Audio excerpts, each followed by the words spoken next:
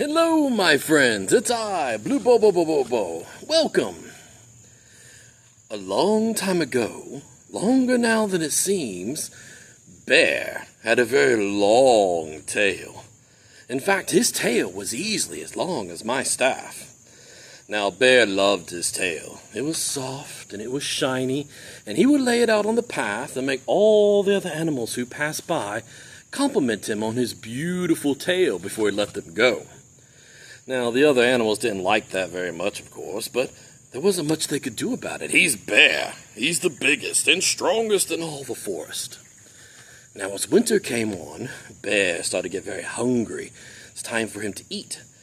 But all he can find are a few nuts, berries, the occasional grub. You know, those little white squishy worms. Yeah, not even bears like to eat those. No, what he really wanted was a fish. He hadn't had a fish since summer. Now he's going down the path, he comes across Fox. Fox has a very large pile of fish. "Where'd you get those fish?"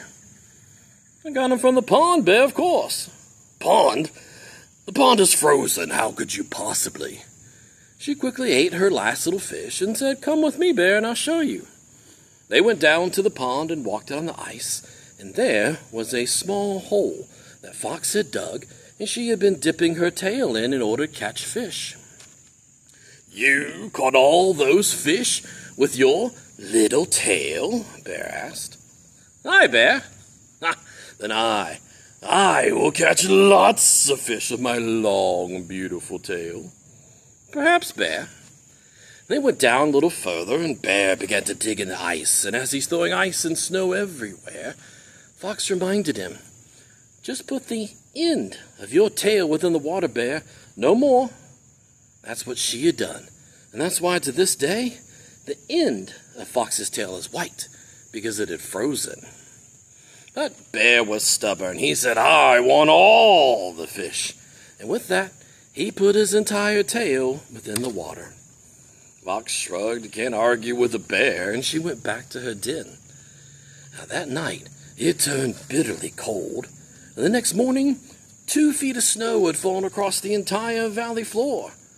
Fox went down to check on Bear, assuming he'd given up a long time ago, but when she got there, all she found was a very large pile of bear-shaped snow. Bear had fallen asleep. So she crept down to the pond, right up next to Bear's face, right by his ear, and she yelled, "Bear!" And Bear jumped.